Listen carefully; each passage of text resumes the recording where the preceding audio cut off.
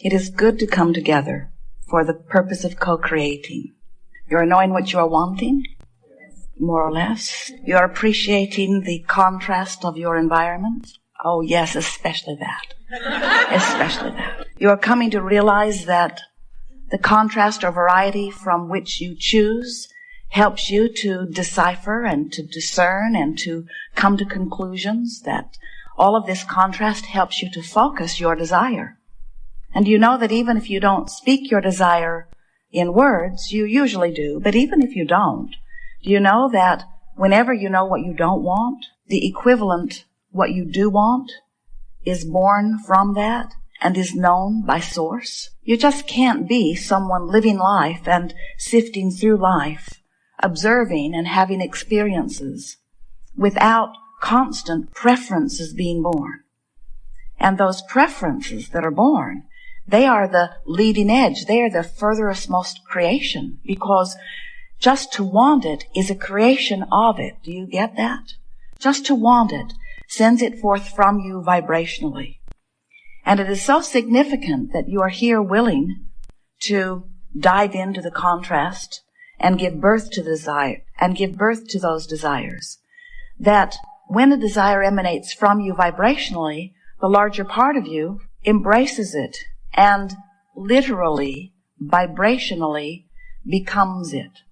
So each time an experience causes you to clarify more a preference, whether you are a one-celled organism or a full thinking genius human, or even if you are a collective consciousness. In other words, desire is born and source receives the desire and becomes it. It's a wonderful thing the way it is all working, because you were source energy before you came forth into these physical bodies.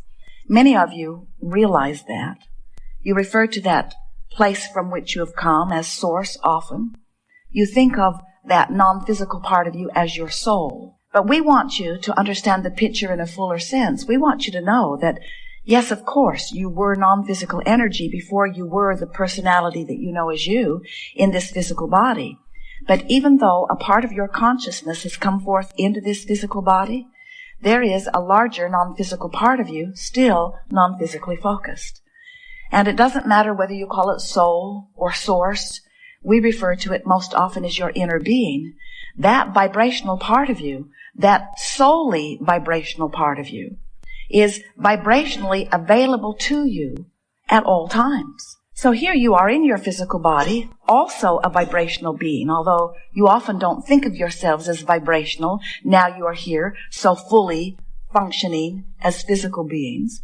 You can see yourself and around you with your eyes. Your physical senses help you to interpret this time-space reality in significant ways. And so you often forget, even though all of that seeing and all of that hearing and all of that feeling and smelling and tasting and touching, all that physical, tactile beingness, every bit of it is vibrational interpretation. But you're so good at it, you don't say, I think I will vibrationally view you. You say, I see you with my eyes. You don't say, come and give me a vibrational whiff of you, although it is nice. What you say is, I can see you, I can hear you, I can smell you, I can touch you, I can taste you. What you see and hear and taste and smell and feel with your fingertips is all your ability to interpret vibration. And there is another vibration that we will talk a lot about here today that we really want you to get good at interpreting. And that is the vibration that is interpreted through your emotions, because your emotions are your indicator of the vibrational relationship between the source vibration that is always being offered to you and the you in this moment, what you're thinking about vibration. When what you're thinking about in this moment resonates completely with the source within you, you feel what you describe as positive emotions. Feels like joy, feels like eagerness, feels like love or appreciation. But if what you are focused upon in any moment doesn't resonate with the source within you, then it doesn't feel good. That's what hate feels like. That's what disappointment or fear feels like. In other words, the better you feel, the more in sync you are with your broader perspective. And the worse you feel, the more out of sync you are. Now, we acknowledge that it takes a little bit of time to get a handle on your emotions, because most of you have trained yourself apart from them in the sense that you know you have them. It's just that most people that you know, maybe even you, do not use your emotions to guide yourself, which seems sort of crazy to us because it is your emotional guidance system, and you came forth understanding that it would always help you to know whether in any moment in time, which is where all of your power is, you are up to speed with all that you have become or not. Here's how it works. You were source energy. Part of you came forth into this physical body. While in this body, you sift through the contrast. You know what you don't want, which causes you to know what you do want. And when you offer those rockets of desires, the non-physical part of you embraces and becomes that newly decided intention that you set forth. So that means, because of the life you've lived, the non-physical part of you has expanded to a new and improved preference. When someone's rude, you want them to be nicer. When you are rude, you want to be nicer. When you don't have enough of something, you want more of it. If you are sick, you want to be well. All day, every day, you are sifting through the contrast and coming to new conclusions of what would be better. Now, when you think about that in the total context of all that is physically focused, think about how magnificent that process is.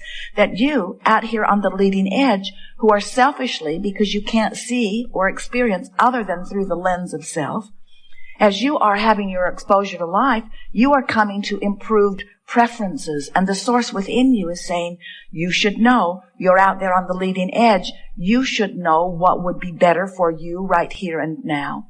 And as you offer that vibration, non-physical goes to that farther leading edge place that you have come as a result of your life experience and holds that vibration until you offer another and another. So you could say that the source from which you have come is keeping up moment by moment with the expansion that you carve out of this physical time-space reality, just as you and we all knew it would be. But sometimes, after you have caused an expansion of who you are, you don't go.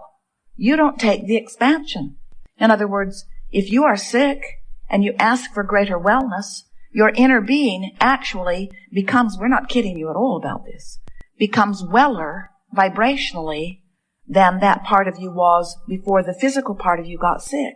In other words, you carved out through your exposure. Even the cells of your body are emanating these requests. In other words, when one of your cells gets out of whack, it sends forth a request for balance, a request on your behalf. But if you stand here in your sickness, noticing it, pigeonholing it, cataloging it, diagnosing it, worrying about it, fussing over it, commenting on it, looking it up on Google, these are my symptoms. As you hold yourself in the attention of the discord or discomfort that you are feeling, you don't allow yourself to move in the direction of the wellness that has already been carved out. So we want to today draw your attention toward this vortex of creation. Your inner being stands right in the middle of it, and law of attraction is responding to it. And all cooperative components are being drawn. So we want you to ask yourself often, am I, in my physical body, a cooperative component? Life has caused me to expand. Did I go? Or am I a vibrational holdout to my own expansion? And the answer lies in the way you feel. The better you feel, the more you are in sync, the more you are closing the gap between you and you. The worse you feel, the more you are disallowing alignment with who you are. Do you know that whenever life causes a problem to be apparent to you, that in this vortex of creation appears in the precise moment the solution? In other words, in everything that you are living, as you know what you don't want, the equal and equivalent what you do want is born vibrationally. And we just want you to know that when you have a question, there is an answer there. When you have a problem, there is a solution there. When you have a need, there is a supplying of it there. In other words, everything that you live is causing you to ask, and when you do, it is given immediately. It resides in your vibrational vortex of creation. Again, the question is, where are you in relationship to your vortex? So here's this spinning vortex. If you're over there in despair, you're nowhere near it, and the vortex will not take you in as a cooperative component. You're uncooperative in your fear, or in your anger, or in your resentment. You're uncooperative in your feeling of disempowerment. If you are frustrated or overwhelmed, you're closer to the vortex, but you're not close enough to be drawn into it. You know where the line is where that vortex can reach you on the emotional scale? It's somewhere between hope and believing. If you can get in the vicinity of hope on any problem that you have or on any creation that you're wanting to create, if you reach the vicinity of hope, the vortex every now and again will just draw you right in as a cooperative component. And when you get in there, you will see, you will know, you will feel, you will have the belief, because right before you will be the apparent manifestation. In other words, when you're in the vortex, that's when the solution is known by you. If you are outside the vortex, you cannot know. You must be vibrationally up to speed with the solutions you seek before you can even see them. So if you're saying, I've wanted it for so long and I cannot find my way to it, a more accurate thing to say would be, I've wanted it for a long time, and because I've wanted it so long, I have created a vibrational masterpiece in my vortex of creation. But because I can't see it, and I maintain an attitude of doubt, I hold myself vibrationally apart from it where I can't see it.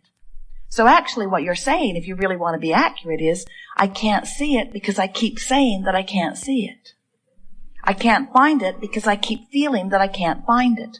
I can't find it because it's lost. I can't find it because I'm not worthy. I can't find it because I'm not smart. I can't find it because I'm resentful. I can't find it because I'm so sick of not finding it. I can't find it because I am burned out. I can't find it because I've tried so hard and struggled so long. I'm tired. I can't find it. I'm tired. I can't find it. And we say, yes, you can. You just got to lighten up. You just got to stop saying you can't find it. You just got to stop beating the drum of what is. You've just got to stop beating the drum of what's missing. You have to stop asking the question, or you can't hear the answer. Because the vibration of the question and the vibration of the answer are two different vibrations. The answer's in the vortex, the question isn't. The problem's not in the vortex, but the solution is. Are you getting the sense of this? You've got to adjust yourself vibrationally to get into the vicinity of what you are looking for before you can see it. Many say, well, that's a bummer. If I was in the vortex, I'd already be happy. You mean I have to feel like I've got it before I can get it? And we say, yes. And you say, then give it to me. Then give it to me and I'll feel like I've got it. But it's very difficult for me to feel like I've got it when I don't have it. And we say, there you go again. You're focused upon not having it. And you say, well, how can I know the sweetness of having something that I don't have? And we say, are you completely rooted in what is? Can you only look at what is? Or do you have the power to remember, the power to imagine? Or better still, do you have the power that the source within you has, that when you know what you don't want, an equal and equivalent what you do want is born? In other words, don't you know in a more acute way that you want to be well when you are sick than any other time? Isn't that when wellness really focuses within you? And if you could ride the rocket of wellness rather than drag yourself around in the probing and poking of the illness, you would be weller after you were sick than you were before you were sick every single time. So, we are eager to talk with you about anything that is important to you. We see our greatest advantage to you to lure you into the vortex. We've written several books, and every book is full of processes, and every process has been written with the express intent of helping you to release the resistance, which is the only thing that ever holds you out of the vortex. If you were resistance-free, you would be like the cork bobbing right back to the surface. You have to hold that cork under the water. When you let it go, it goes right back to the surface where it and you belong. So when you no longer beat the drum of the problem, the solution comes. When you no longer beat the drum of being lost, you find your way. When you no longer beat the drum of what you don't want, you find the equal and equivalent what you do want. These are the laws of the universe, and they are working for you. You've just got to work with the laws. You can't buck your own current and get to where you want to be.